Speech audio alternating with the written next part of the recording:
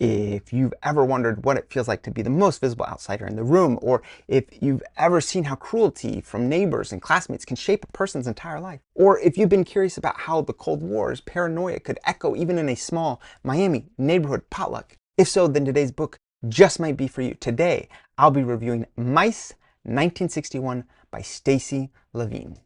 Welcome to Spencer Reads Everything. I'm your host, Spencer Duncan, and on this channel, I review all the books I read, from classics to contemporary fiction, from Pulitzer Prize winners to quirky hidden gems. My goal is to help you figure out who each book might be for, so you can decide if it belongs on your shelf. And since this is one of this year's Pulitzer Prize winners, don't forget to check out my full Pulitzer Prize playlist. I've been reading and reviewing all the winners and finalists across the category, so if you're curious about the best of the best in contemporary literature, you'll definitely find something here that catches your interest. Before I dive into the book itself, let's take a look at the author. Stacey Levine is an American novelist, short story writer, and journalist, once called one of the most interesting writers working in America today. Critics have described her as part French existentialist, part comic bomb thrower, and her fiction as vivid, strange, and deeply attuned to the oddities of human behavior. She was born in St. Louis, studied journalism at the University of Missouri, and later attended the University of Washington. Over the years, her work has appeared in journals like Fence, Tin House, the Iowa Review, and The Stranger. She lives in Seattle, where she also teaches at Seattle Central College. Levine's career began with her 1993 story collection, My Horse and Other Stories, which won the PEN Literary Award for Fiction.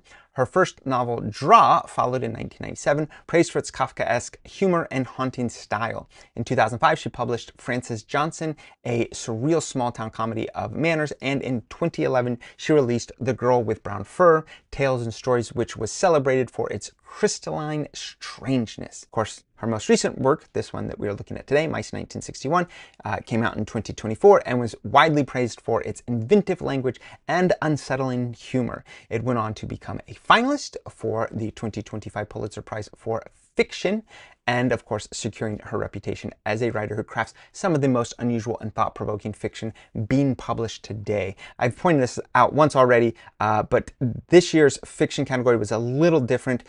There's usually one winner and two other finalists, although sometimes there's two winners and only one other finalist. This year, the winner of fiction was James, and then there were three additional finalists. I'm assuming James won so handily that probably messed with the voting in some way that made it that there'd be three additional finalists, this being one of them. Before I go any further, I want to give a quick spoiler warning.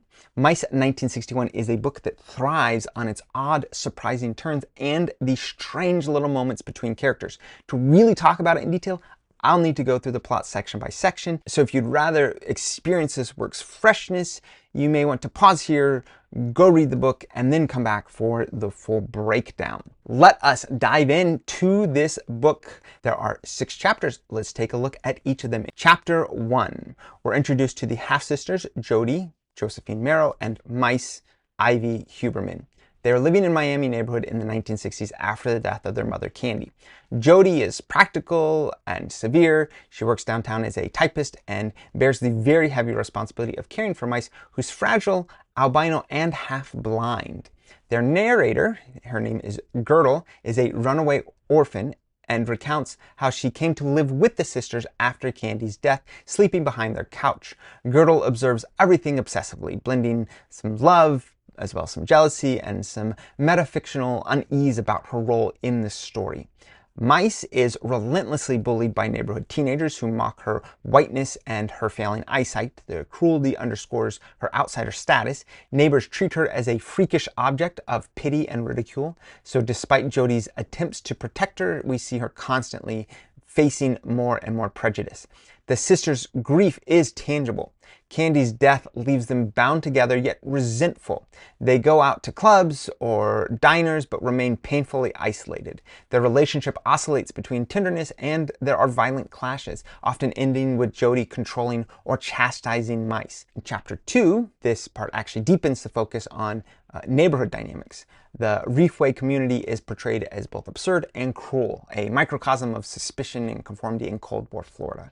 Mice is pursued by teenagers, including Lorette Scansian and her crew, who corner her and invent new insults. Their harassment turns into a grotesque kind of neighborhood entertainment. We also meet the Blur, who's Fred, another neighborhood oddity who runs compulsively and is ridiculed by locals. He and Mice form a strange kinship as fellow outsiders. Their awkward conversation about hobbies and wasted days highlights Levine's fascination with eccentricity and survival through small rituals. Fred dreams of passing an algebra exam decades late.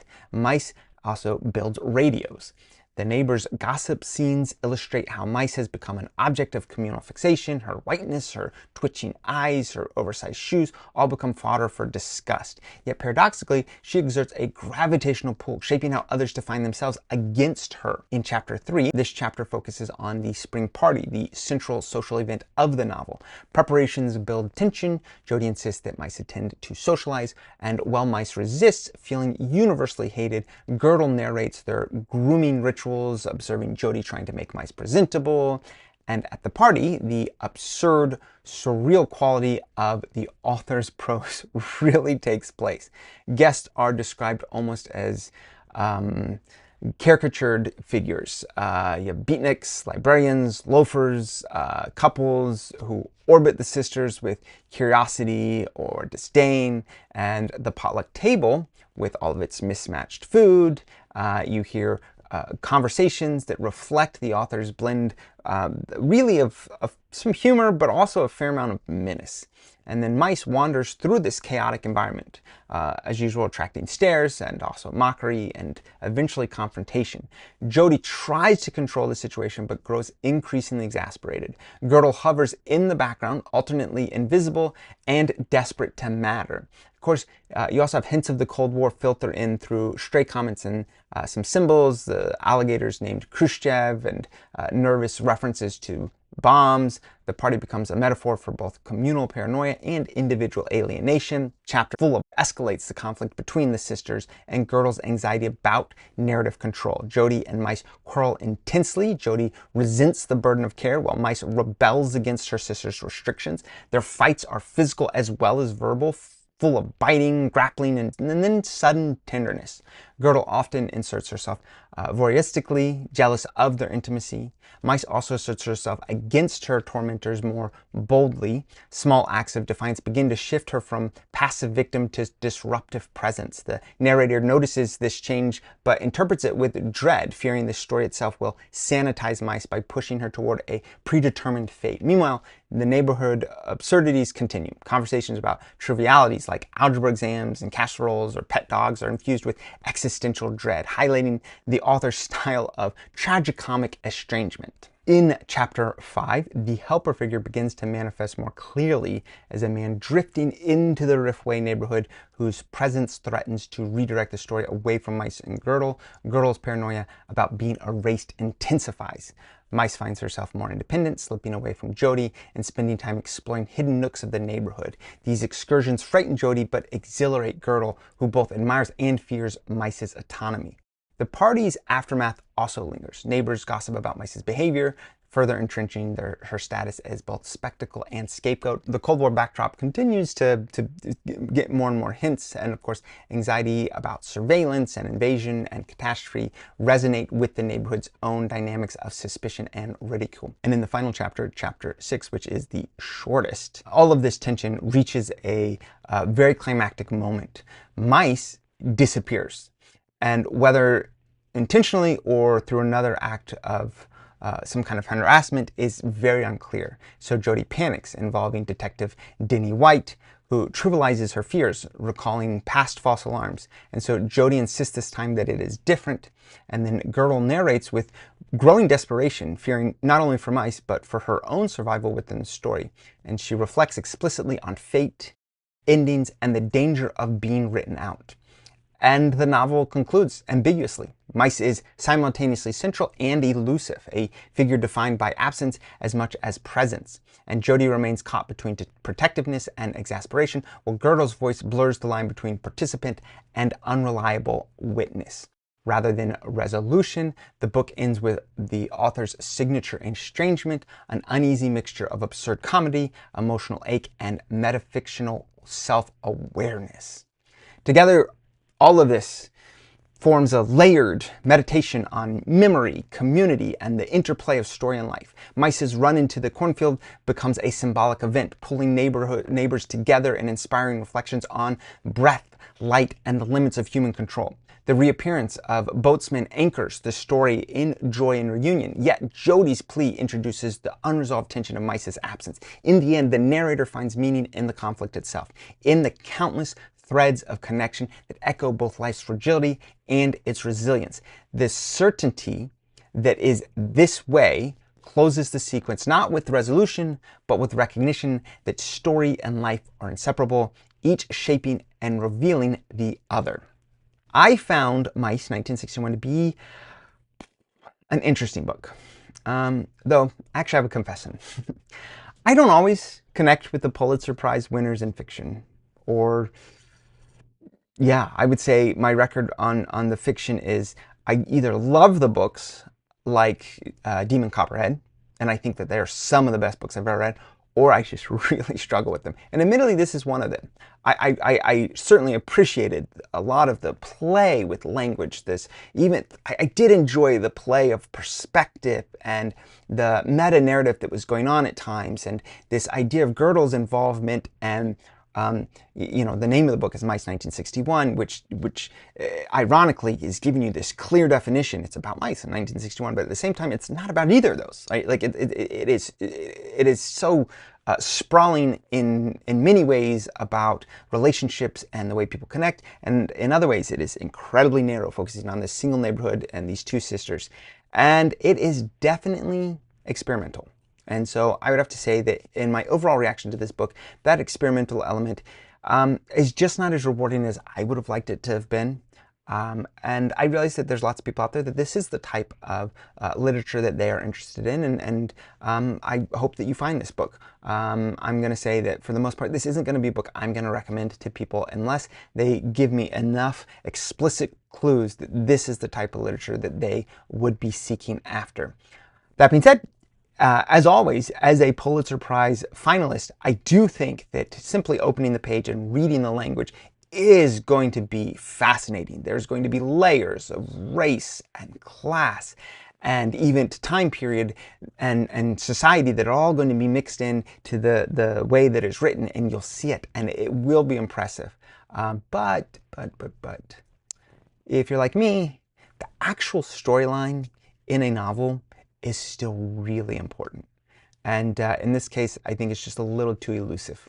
And so that's one of the things that's always going to make it difficult for me to appreciate a novel like this as much as other people do. I put too much value on a storyline, as I've noticed. As I've read through the novel finalists and winners, frequently storyline is secondary to writing style. And that's just not for me. And that is my opinion on this book. So that being said, who is this book for? Well, this book is for readers who enjoy quiet, character-driven stories that explore the nuances of everyday life. If you like prose that dig into the subtleties of class and race and age without spelling anything out, you'll probably appreciate what Mice 1961 is doing. It's also a good fit for readers who don't mind a story that wanders a bit, one that values atmosphere and theme over a tightly plotted narrative. I think it's especially for people who enjoy Pulitzer Prize fiction in general, those who come to the prize list looking for literary works that push at the edges of what a novel can do while still grounding themselves in recognizable human experiences.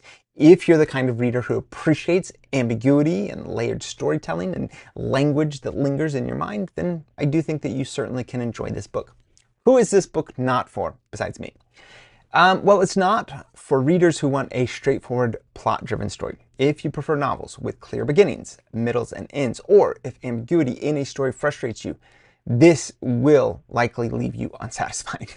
It also won't be the best fit for people who dislike the more literary style of Pulitzer Prize winners, especially the more experimental elements and this focus on atmosphere and layered meaning rather than actual fast-paced action.